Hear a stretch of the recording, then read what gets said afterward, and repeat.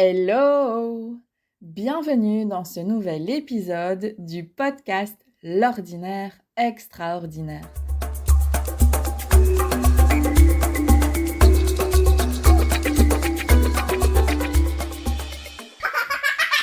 Je suis Sarah et toutes mes créations ont pour intention de contribuer à l'épanouissement de la femme. J'ai une question pour toi. Est-ce que l'autre est une excuse ou un obstacle? Une excuse est infranchissable. Un obstacle, tu le contournes, tu le franchis, c'est hyper simple de se débarrasser d'un obstacle. Une excuse, elle, est infranchissable. Tant que tu utiliseras l'autre comme excuse pour ne pas avancer, ne pas te remettre en question, ne pas vivre ta meilleure vie, eh bien, sans surprise, tu ne vivras pas ta meilleure vie. On parle souvent des bénéfices cachés, secondaires, des situations, relations dont on ne veut plus.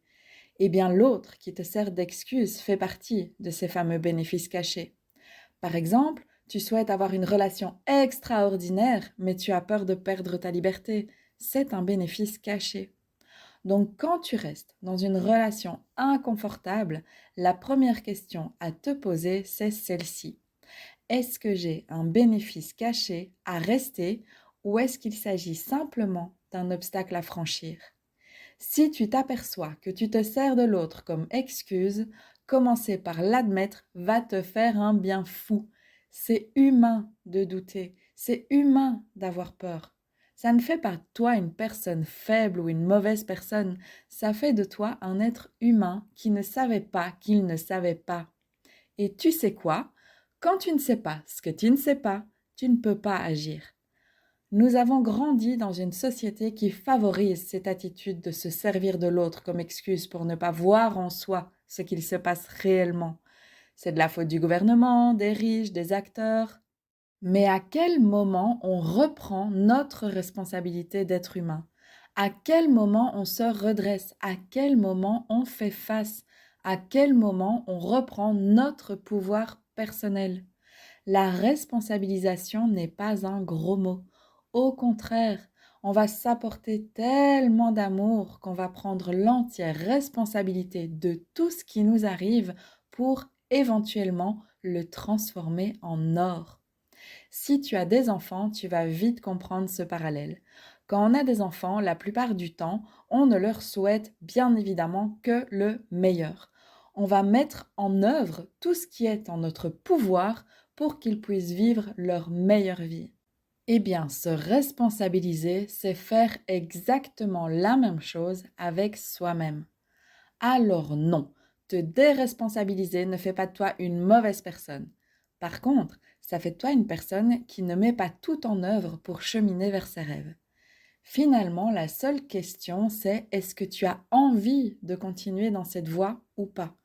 Est-ce que tu as envie de continuer à te cacher derrière l'autre ou pas? Et attention, que ce soit bien clair, il n'y a aucune mauvaise réponse. Parfois, le mieux pour toi sera de continuer à te cacher. Toi seul sais. L'important, c'est de mettre de la conscience sur ce que nous vivons, sur ce qui se joue, afin de ne pas subir nos vies. Ne pas subir, mais choisir. Pour moi, c'est le début du reste de nos vies. Parfois, notre humanité n'est tout simplement pas encore prête et c'est parfait. En aucun cas, il ne faut aller à l'encontre de son propre bien-être. Ce serait juste contre-productif. Notre corps ressent avant nous, c'est avant notre esprit. Alors s'il dit que ce n'est pas le moment, ce n'est pas le moment. Alors on peut bien entendu se challenger un peu, aller un peu au-delà de nos limites chaque jour davantage, mais pas au détriment de la santé de notre corps.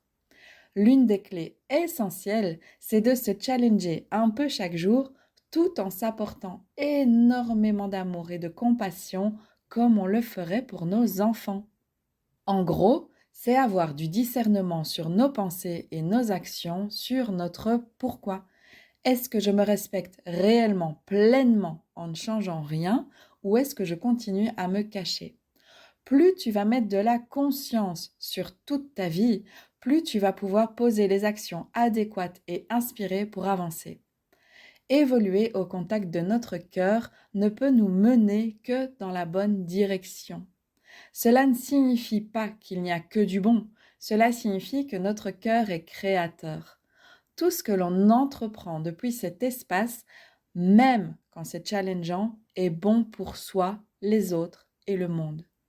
Si ce n'est bon que pour toi, que pour l'autre ou que pour le monde, tu n'es pas dans ton cœur. C'est pour cela que quand tu choisis depuis qui tu es, depuis ton âme, de rester dans une situation, une relation inconfortable ou challengeante, la souffrance s'amenuise car, encore une fois, c'est choisi et non subi. Personnellement, je fais ce choix de rester dans une situation potentiellement inconfortable et ce dont je me suis rendu compte, c'est que finalement le plus souffrant pour moi a été à une époque d'essayer d'expliquer, de rationaliser ce qui ne pouvait pas l'être. Mon cœur sait, mon âme sait, point. En fait, je fais confiance à l'impalpable et je t'invite vraiment à faire de même. Si tu ne devais retenir qu'une seule phrase d'aujourd'hui, ce serait celle-ci. Reviens toujours à toi, ne justifie jamais l'irrationnel, reste dans le cœur, fais confiance à l'impalpable et apporte-toi énormément d'amour. Et quand tu es prête, transforme ton excuse en obstacle et franchis-le. Je te souhaite une fantabulesque exploration de tout ceci. N'hésite pas à me faire un retour si le cœur t'en dit, à me partager tes défis, tes challenges, tes envies. Et je te dis à tout bientôt pour un nouvel épisode du podcast L'ordinaire extraordinaire.